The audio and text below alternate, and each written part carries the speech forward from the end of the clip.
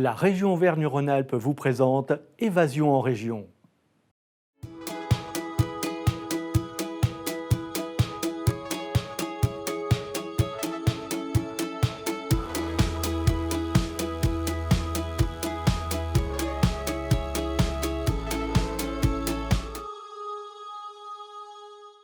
Bonjour à toutes, bonjour à tous, c'est avec un grand plaisir que je vous retrouve pour votre émission Évasion en région, l'émission Respiration, toute cet été sur votre antenne sur 8 Mont Blanc. Et regardez, je suis sûr que vous l'avez reconnu, derrière moi, le Mont Blanc. Nous sommes ici aujourd'hui à Passy, plus précisément au cœur du Jardin des Cimes. On va parler patrimoine, on va parler activités outdoor dans ce beau territoire, sur ce balcon de la Haute-Vallée de l'Arve. Et on va commencer bien sûr avec le lieu où nous nous trouvons aujourd'hui. J'ai la chance d'avoir avec moi David Dalcortivo. Bonjour.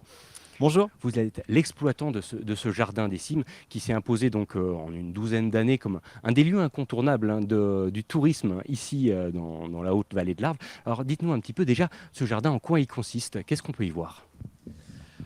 Le jardin, c'est une association qui gère l'ensemble du site et on se repose sur 6 activités. Alors il y a d'abord un jardin qui fait 2,5 hectares, mais il y a aussi une restauration, une boutique et on fait des activités culturelles, pédagogiques et bien-être. Voilà, c'est aussi important, je le rentre aussi dans la présentation. Après, le jardin en lui-même, c'est un parcours d'une heure. Et avec un scénario de visite qui est celui d'une balade en montagne. Et c'est vraiment une approche paysagère et artistique de la montagne. C'est-à-dire qu'on a voulu représenter avec notre imaginaire, l'imaginaire des intervenants, des artistes qui sont venus travailler ici, une balade en montagne du bas d'une vallée jusqu'au sommet, jusqu'au glacier, en traversant différents paysages. On l'expliquait justement en préparant cette émission, vous me le disiez, c'est pas une serre botanique ou un jardin botanique comme on a l'habitude de les trouver un petit peu dans les grandes villes. Ici, c'est vraiment quelque chose de plus artistique, donc qui a tendance à évoluer d'année en année. Voilà, c'est pas un jardin botanique, c'est-à-dire que l'idée, c'est pas de présenter des collections de plantes de montagne, c'est pas d'avoir une approche naturaliste non plus de la montagne. Il y a d'autres jardins en Haute-Savoie qui sont très bien. Il y a la Gésinia, par exemple, à Samoin, qui est lui un jardin botanique naturaliste qui va présenter des plantes de montagne. Nous, non, c'est plutôt des tableaux. Voilà. Et il y a même des moments, des parties dans le jardin qui s'éloignent complètement de la montagne, c'est-à-dire que je vous ai expliqué la montée jusqu'au glacier. On redescend ensuite par différents espaces et on retrouve le bas de la vallée jardinée, cultivée, avec différents jardins. Et là, on va complètement sortir de la montagne pour aborder différentes régions du monde. Il y a l'Asie, donc je pense qu'il doit y avoir ici la plus haute rizière de France, hein, 1000 mètres par exemple. Ça mérite le détour, juste ça. Voilà, déjà. donc pour vous dire, on a des bananiers, enfin on a l'Océanie, les Amériques, le jardin du Moyen-Âge. Donc la montagne est juste un fil conducteur pour différents tableaux et puis pour l'art des jardins et du paysage. Voilà.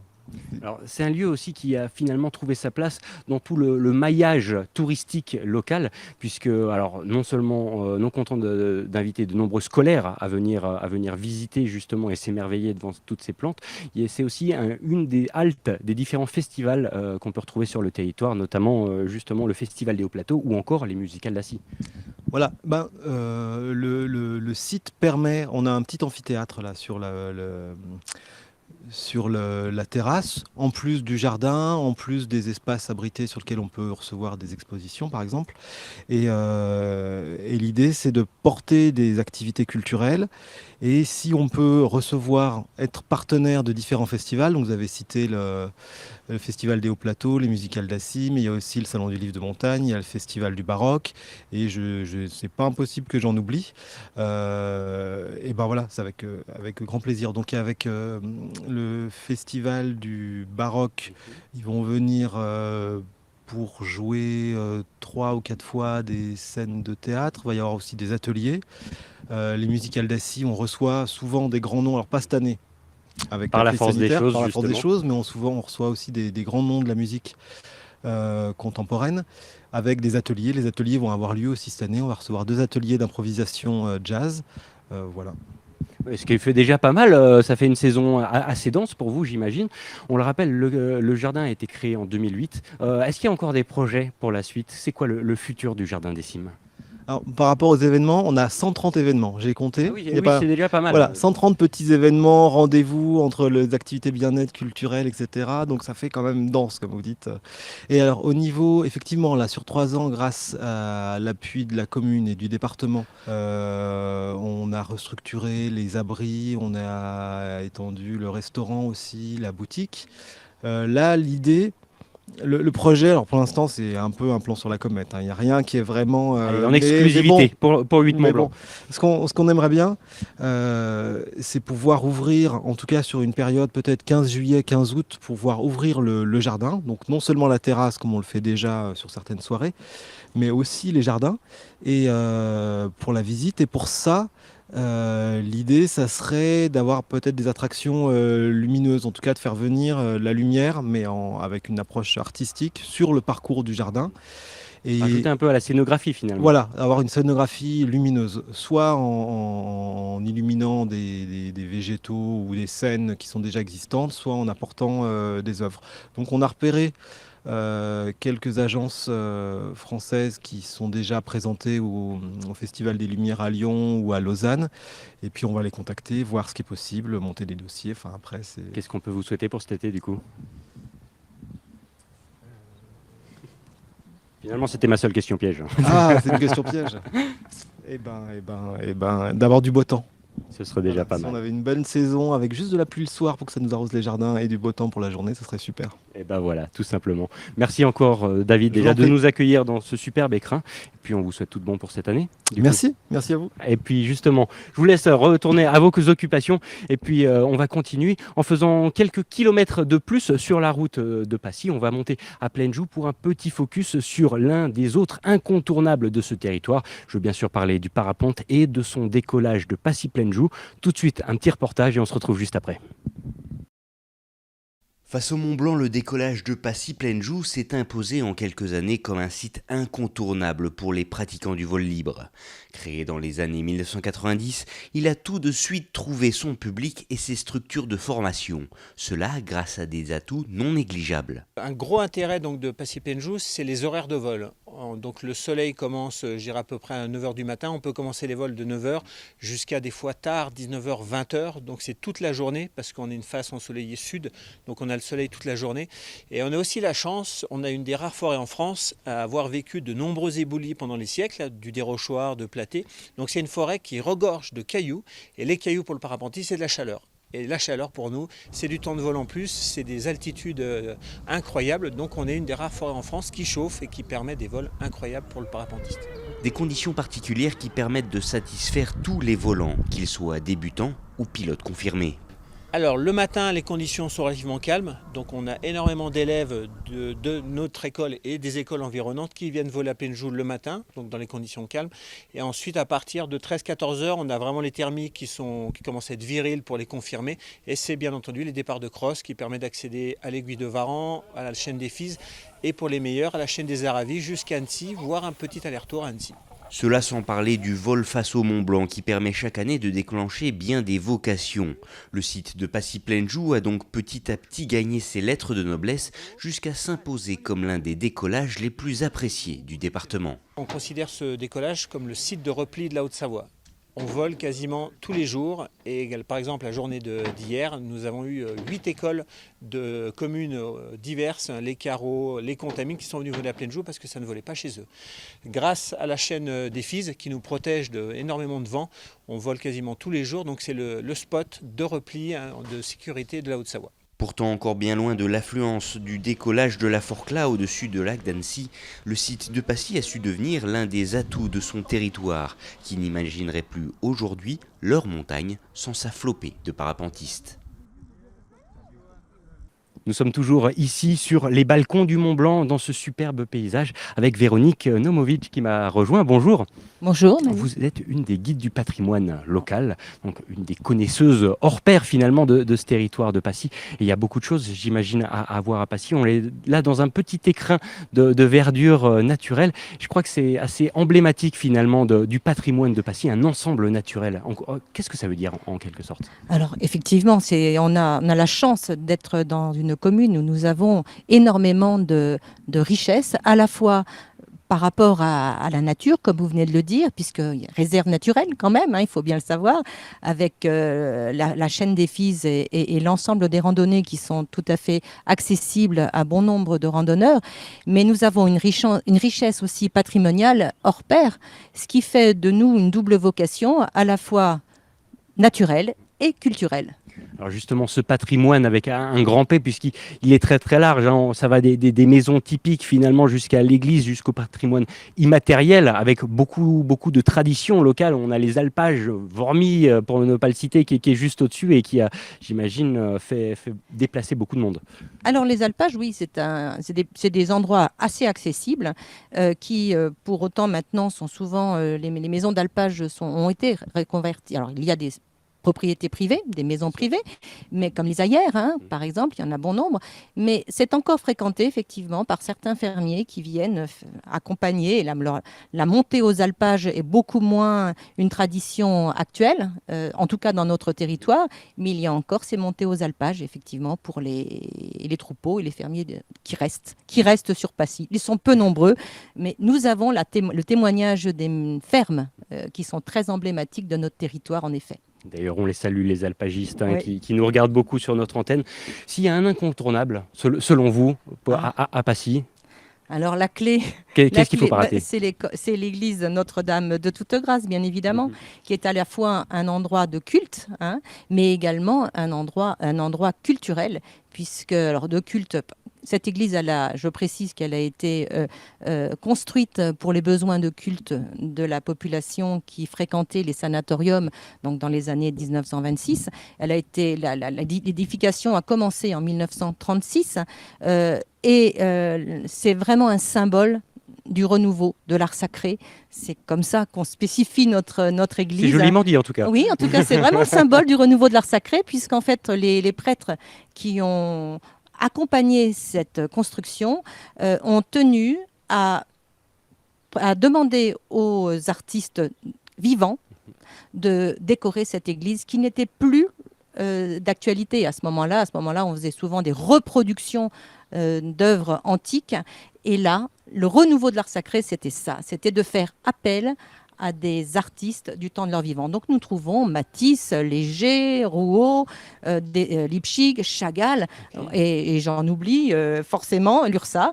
Il y en a énormément d'artistes qui ont œuvré gratuitement pour la décoration de cette église. Sachant que c'est exceptionnel, en plus il y a les chemins du baroque qui sont pas loin, Oui. avec justement une autre partie de notre patrimoine finalement historique de Savoie-Mont-Blanc. Donc j'imagine que ça doit faire un petit peu justement le pas, c'est pas là du tout la même chose. C'est notre avantage. Nous avons quelques chapelles baroques, mais très peu. Et vraiment, notre spécificité touristique, c'est justement le XXe siècle et les édifices du XXe siècle. Les sanatoriums, dont on peut voir quelques exemples, que ce soit en bas ou en haut, avec Martel de Jainville et Saint-Selmoz, que nous voyons très bien d'ici, donc qui était quand même, à ce moment-là, au début du XXe siècle, en 1926, c'était le début des constructions. C'était incroyable. On venait de découvrir le béton armé, et ces bâtiments-là, même s'ils ne sont pas toujours appréciés des touristes et même des locaux, ils ont une histoire. Et c'est un patrimoine, d'ailleurs, qui est reconnu, puisqu'on a eu le label patrimoine du XXe siècle, comme l'église d'ailleurs. Alors justement, ces bâtiments, ils en sont où aujourd'hui? Il y a beaucoup de questions qui se posent concernant leur futur. Est-ce qu'on est fixé aujourd'hui?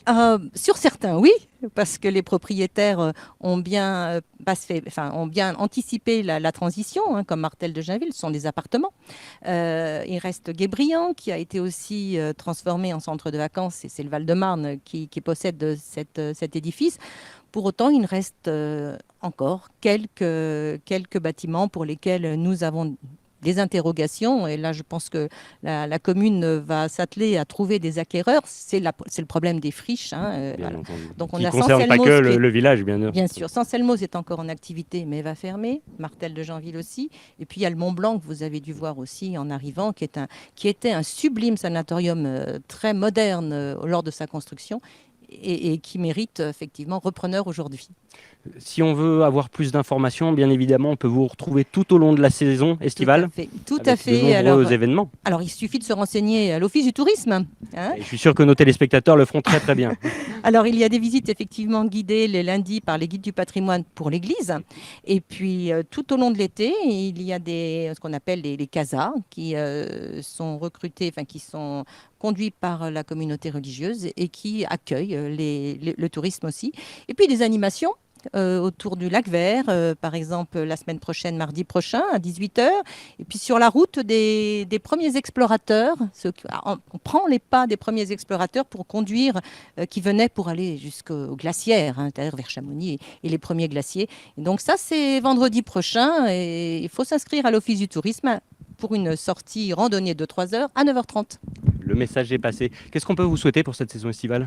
Effectivement, je dirais comme David, du beau temps. Ce sera déjà pas mal. Mais des touristes, bien évidemment, et puis que l'épidémie ne reprenne pas, que nous puissions reprendre l'ensemble de nos activités avec le bonheur que l'on a de recevoir le public et les touristes. J'en doute pas un seul instant. Merci beaucoup Véronique, en tout cas, d'avoir pris le temps d'avoir participé à cette émission. C'est un plaisir. Et de nous faire découvrir ce beau territoire qu'est Passy, déjà. Merci beaucoup. Merci à vous, en tout cas, bonne continuation. Merci. Puis on va continuer notre émission avec notre invitée suivante. Il s'agit de Marie Hervic, l'une des gérantes de ski Indoor 4810, une des nouvelles structures justement de la vallée, du territoire de Passy, et qui a trouvé tout de suite son public. On le rappelle, une salle de ski indoor ouverte toute l'année, quelles que soient les conditions, et encore plus quelles que soient les conditions, j'ai envie de dire.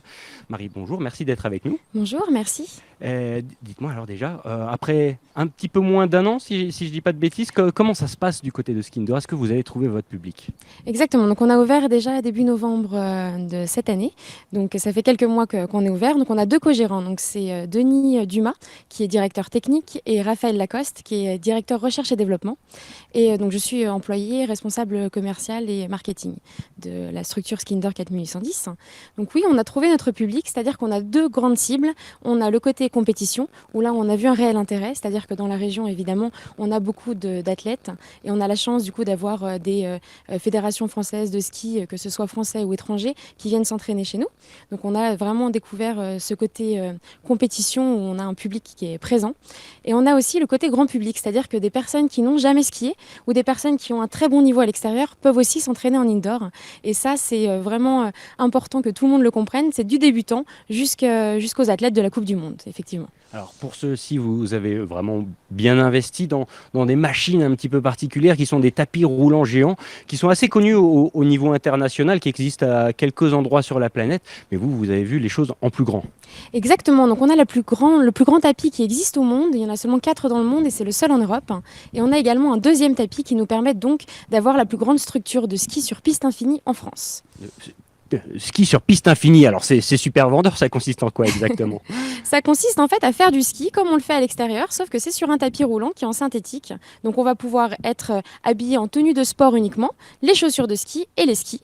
Et on peut ensuite évoluer à plus de, par exemple, 10 personnes sur le plus grand tapis. Donc. J'imagine que les chutes sont un petit peu douloureuses ou pas forcément ? Alors pas forcément comparé à l'extérieur parce qu'on a la possibilité d'arrêter tout de suite le tapis. Donc au niveau sécurité, on est même, on va dire qu'on est plus en sécurité qu'à l'extérieur dans le sens où si on tombe, on arrête tout de suite le tapis alors qu'à l'extérieur, on peut continuer de tomber plus loin. Oui, j'imagine que la technique n'est pas totalement similaire. Il faut un petit moment d'adaptation pour passer de la neige au tapis roulant forcément, ou est-ce que les champions par exemple qui savent bien skier, ils s'y retrouvent tout de suite ?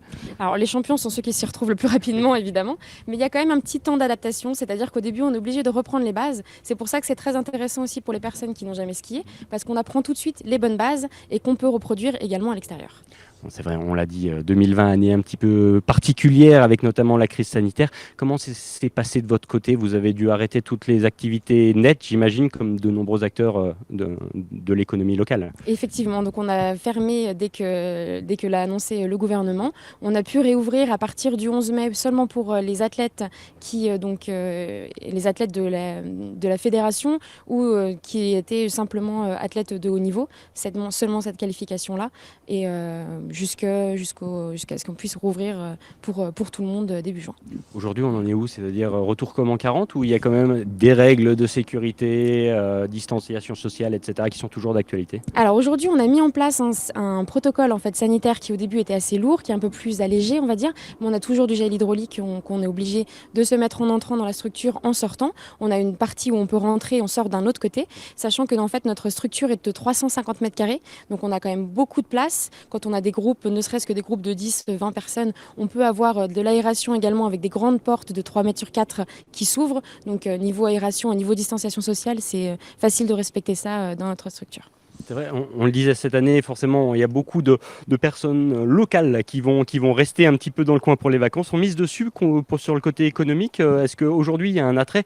On a le gros soleil, on a les fortes températures. Les gens, ils font pas forcément l'amalgame avec le ski tout de suite en plein été. Est-ce que cette communication, elle commence à rentrer dans les mœurs? Bien sûr, alors c'est ce qu'on essaye de faire justement, d'essayer de faire comprendre aux gens en fait que le ski maintenant, c'est pas seulement quelque chose de saisonnalité et on peut en faire toute l'année. Et ça, on essaye vraiment de le faire comprendre à tout le monde et on y arrive de plus en plus. Donc on est assez content de ce côté-là. Bon, justement, après un an, vous avez trouvé votre public, vous le disiez. Est-ce que déjà, on commence à faire des projets sur l'avenir? Oui, bien sûr. Donc le but, c'est aussi d'amener la montagne en ville. Et donc ça, on est toujours en recherche d'autres partenaires, mais ça devrait être prévu pour la rentrée 2021. Ok. Donc, Et c'est une bonne nouvelle. pour l'intersaison déjà, j'imagine que c'est un peu le moment faste de votre saison. Il y a tout le monde qui commence à se remettre un petit peu dans mode d'hiver. Exactement, tout le monde se remet en jambes. Voilà, et donc justement, ça doit être un peu beaucoup de monde sur vos pistes. Est-ce que vous savez déjà comment ça va se gérer l'automne? Oui, bien sûr. Donc nous, on va avoir des clubs. On a déjà des clubs des alentours, mais aussi des clubs qui viennent de plus loin, qui viennent faire des formules stages ici, parce qu'on a la chance d'être localisé à Passy et d'avoir autour de nous beaucoup d'activités qui sont aussi attrayantes pour faire des stages pour des clubs. Donc c'est-à-dire qu'ils viennent faire du ski indoor à Passy et également ils vont profiter pour faire d'autres activités aux alentours, donc rester sur 3-4 jours sur Passy par exemple. Ah, mais c'est déjà un incontournable de l'offre du territoire. Exactement. C'est pas vous qui On allez me dire espère. le contraire. Merci beaucoup Marie en tout cas d'avoir pris quelques minutes. Bon courage pour cette Merci. saison qui arrive. Hein. Et puis tout bon, on se verra justement à l'automne prochain pour voir comment ça marche. Et pourquoi pas aller tester Bien un sûr. petit reportage directement sur les pistes. Eh ben on vous attend. Merci. Super, le créneau est pris. Merci beaucoup Marie. Merci, au revoir. Et puis j'accueille tout de suite notre dernière invitée du jour, Manon Chenaval, qui est avec nous. Oh là là, et qui apporte plein de choses. J'aime bien ces invités-là. Donc, on l'aura deviné, vous êtes dans le chocolat. Vous êtes artisan chocolatière, C'est ça, artisan chocolatier. basé à Passy depuis un petit moment déjà maintenant. Alors j'ai ouvert en décembre 2018, donc c'est assez récent quand même. Bon, alors dites-moi un petit peu déjà, question bête et méchante, comment on tombe dans le chocolat? Comment on se dit dans la vie, je vais faire de ma vie le chocolat? Bah, pour moi c'est une passion. Ça a toujours été Je comprends. voilà. La pâtisserie, le chocolat, depuis toute petite, j'ai toujours aimé faire ça. Et voilà, du coup ça a été un peu, quand j'ai fini mes études, je me suis pas trop posé la question en fait. Ok, enfant du pays, c'était logique pour vous de venir s'installer à Passy? Oui, bah, je suis pas originaire, je suis pas née dans la région, mais j'ai grandi une bonne partie de ma vie ici. Du coup oui, c'était...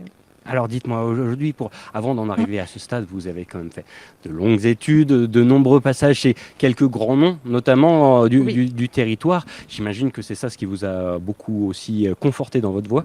Vous avez appris beaucoup de choses auprès des fameux chocolatiers du coin. J'ai fait toute ma formation de chocolaterie chez Zanin, donc qui est un des meilleurs artisans dans la vallée aussi. Et ouais. Alors aujourd'hui, vous nous présentez quelques collections. Est-ce qu'il y a des incontournables, entre guillemets, des choses qui sortent un petit peu de ce qu'on a l'habitude de trouver chez tous les autres chocolatiers? Vous avez créé des collections à proprement parler, parce qu'on parle de collection de chocolat. Qu'est-ce qui fait finalement un bon arôme, un bon accord de chocolat selon vous? Bon, c'est les produits qu'on utilise, les matières premières. Si on sélectionne les bons chocolats, les bonnes noisettes pour le praliné, ça change tout. Mais qu'est-ce qu'une bonne noisette? Qu'est-ce qu'un bon chocolat déjà selon vous? Je suis désolé, je suis néophyte, hein, je pose un peu les questions bêtes. Mais... Je sais pas trop quoi vous répondre là-dessus. Et qu'est-ce qui fait une bonne noisette? C'est la Bah, traçabilité? c'est la qualité, c'est la façon dont elle est produite, dont elle est ramassée, séchée derrière. C'est tout. Tout le processus, en fait, bien oui, sûr. c'est ça. Donc, la qualité des noisetiers, oui, c'est... Ok. Alors vous nous avez apporté une petite sélection. Voilà. Aujourd'hui, qu'est-ce qu'on peut voir, qu'est-ce qu'on peut découvrir? Alors, c'est un petit peu mes spécialités. Donc, là, on a de la pâte à tartiner à la noisette, Ouais, donc sans huile de palme. bien entendu. Oh, j'en Voilà. attendais pas moins. Après, des oursons à la guimauve, c'est ma plus grande spécialité, mon produit qui marche le plus. Oui, c'est un des meilleures ventes. Oui, oui, voilà, exactement. C'est un petit peu la petite Madeleine de Proust pour une bonne partie des gens. Voilà. Après, le saucisson au chocolat, Ok. qui est aussi qui marche pas mal ici. Et puis après, c'est les chocolats classiques, tout ce qui est praliné, ganache, que là on retrouve un peu chez tout le monde. Alors, vous dites justement, il y a un peu des classiques, un petit peu d'originalité, avec notamment ce saucisson au chocolat qu'on n'a pas Oui. forcément l'habitude de voir Non, chez tout le en monde. sucré surtout, non. Qu'est-ce qui fait pour vous? Comment on trouve des nouveaux concepts de produits? Est-ce que c'est le voir d'un endroit? Est-ce que c'est l'idée? Est-ce que c'est l'accord en bouche? C'est un petit peu un ensemble de tout. Après, oui, on peut trouver des idées chez d'autres personnes. Oui. Alors comment ça se passe par exemple dans votre atelier? Il y a des sessions, on sait qu'on va préparer des nouveaux produits, qu'il va falloir trouver des nouvelles idées, ou on est en mode production et de temps en temps, la petite idée lumineuse. C'est plutôt comme ça, étant donné que ça fait pas longtemps que j'ai ouvert, je travaille encore toute seule. Ok. Donc c'est vrai que pour l'instant, je suis un petit peu à flux tendu sur la production. J'ai pas encore vraiment le temps de pouvoir me consacrer à créer des nouveautés ou voilà. J'espère que dans le futur, j'aurai un peu plus de temps pour faire ça. Quelque part, c'est bon signe. Si, Mais si voilà. vous êtes acculé au niveau fabrication, c'est que vos Mais produits voilà. sont demandés. Ça marche bien en tout cas depuis 1 an et demi. Donc voilà, les choses se mettent en place petit à petit. Ok. Déjà des projets pour fin 2020, 2021? Comment ça va se passer pour vous? Pas des projets en particulier, non. Après, ça va être de continuer à me faire connaître et puis à grandir. Et voilà, et en espérant pouvoir embaucher et pouvoir justement faire des nouveautés et puis faire plus. Écoutez, on a hâte de goûter ça. Et qu'est-ce qu'on peut vous souhaiter justement pour la suite? Et que ça continue à Que bien ça continue. fonctionner et puis que ça prospère. C'est déjà pas mal. Voilà, Merci beaucoup en tout cas Manon. On Merci le à rappelle, du magasin Les Gourmandises de Manon. c'est ça. Donc à Passy, À Passy. Centre. À Chède, exactement. À Chède, exactement. Donc voilà, n'hésitez pas, si vous aussi vous êtes gourmand, c'est là-bas qu'il faut aller, c'est la bonne adresse. Merci en tout cas Manon Merci d'avoir à vous. participé à cette émission. On arrive déjà au bout de cette évasion en région. Merci à toutes et à tous de votre fidélité. On se retrouve mercredi, ce sera du côté de La Rosière, en Savoie, pas très loin de la frontière italienne. Là encore, il sera question de territoire, de terroir, d'activité, bref, tout un programme. Soyez au rendez-vous, ce sera mercredi 18h. D'ici là, moi je vous souhaite une très belle journée avec notre programme. À bientôt.